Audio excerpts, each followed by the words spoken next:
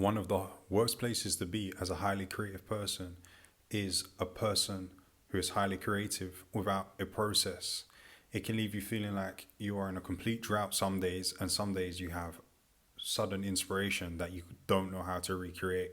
And that can be a very turmoil, traumatic place for the creative person, because being in that place, you want to have consistency, be able to create on a regular basis. And in this video, I'm going to explain how to create that process and why it is important. Why it's important to have a creative process as a highly creative person.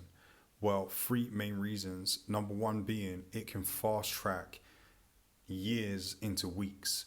When you respond with creativity to someone's wants and needs, you are able to create at a higher rate. You are able to create at a fast pace. You are able to create on demand.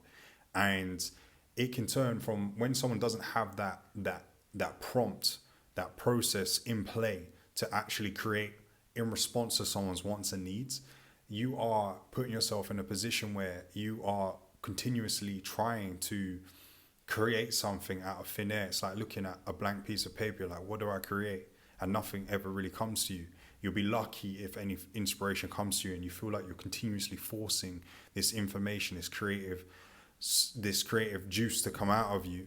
Whereas if you're creating in response to something or someone or their questions or someone needs something, then you can turn that process of just staring at a blank piece of paper and look at that piece of paper and be like, okay, I know what I'm going to put down. I'm going to use my creativity to actually produce something now because I'm doing it in response. Number two, you learn a lot about yourself in the process.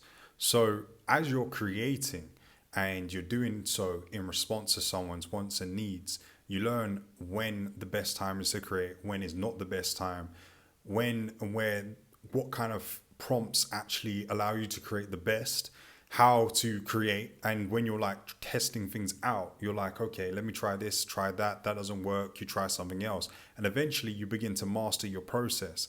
And then when you come from a place of mastery, then you can come from a place of intuitive knowing. So you don't have to actually think too much about the process itself and building it. You can be like, okay, I know this would be the right application for this situation versus another situation that may seem identical, but because you've gone through that creative process and you've actually mastered something, you can understand the nuances that are involved that an untrained eye wouldn't necessarily see. Three, as a highly creative person, you have a need to be fulfilled.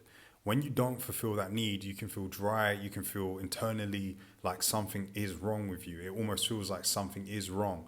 But when you do create, you have life flowing through you. And being in that position to be someone, a conduit for creativity, it fulfills your life, it fulfills your purpose as a creative person.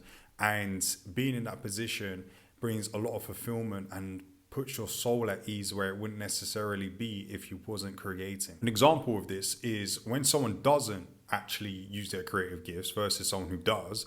The person who doesn't, who neglects their gift, will oftentimes position themselves in places and fulfill their need to create with other substitutes. Sometimes they'll find gaming, excessive gaming.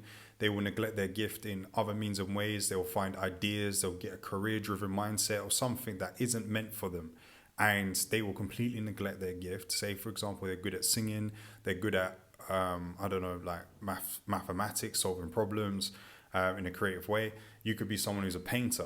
And if you don't entertain and give life to that gift, all of a sudden that gift will die. And eventually you'll be like, oh, I used to do that. And it will be forever on the back burner of your mind. And you'll be thinking, oh, should I have done that? And oftentimes when I speak to people who were creative, they opted for something bigger, but then they've neglected a part of themselves, and a part of them feels dead inside, and they wonder, like, should I've gone down this path? But you can never know if you don't entertain that and go down that path to find out.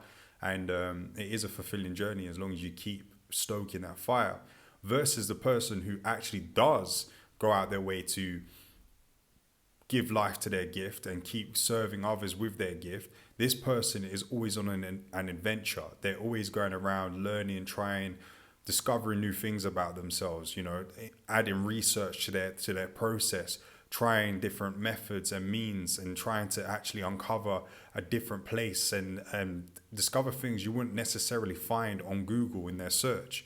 So, and then they can go on to teach others the same thing and be someone of use. And the difference is quite stark, where someone may entertain and feel their need and substitute it with like money or going out and being a consumer, for example, versus someone who entertains their gift. You're coming from two different states of being.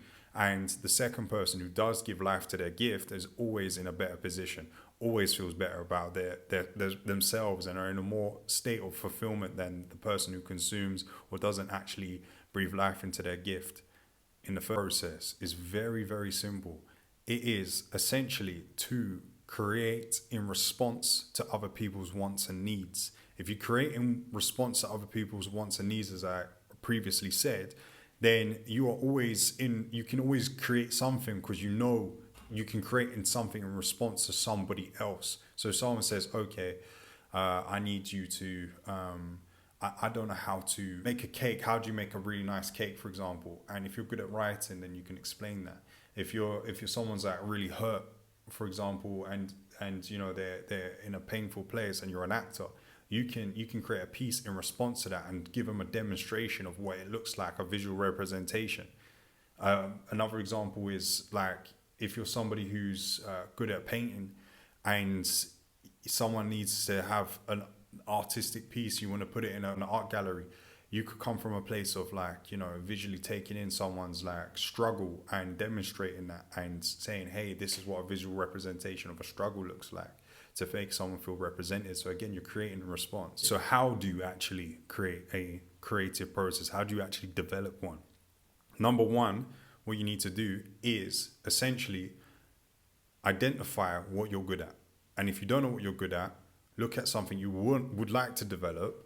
But usually, naturally speaking, as a highly creative person, you should have something that you're naturally drawn to and you could develop. So whatever that is, focus on that. Number two, focus on finding somebody who needs your talent, your gift. If you're a filmmaker, for example, go to a local business and offer them your services. Ask them, do you want a free promo video, a free promo video?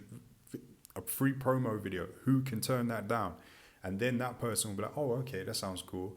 And then the third thing you need to do, create something, give it a go, and go again, try it again.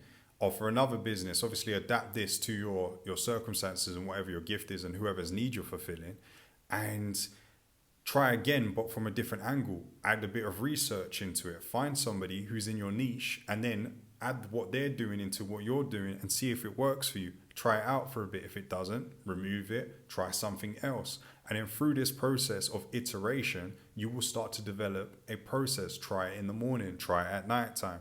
Find out when is the best time, after or before you eat breakfast. These things matter to a highly creative person. Get really in tune with your process. And after an iteration of trying this every single day or every single week or whenever you dedicate the time to it, with consistency, you will start to make notice patterns. And as long as you document what's what, you will start to see a thread of where you're your best, where you're your worst, and then you'll be able to exercise different muscles of your creativity. And number four, eventually you will create a distinctive style that is distinct to you.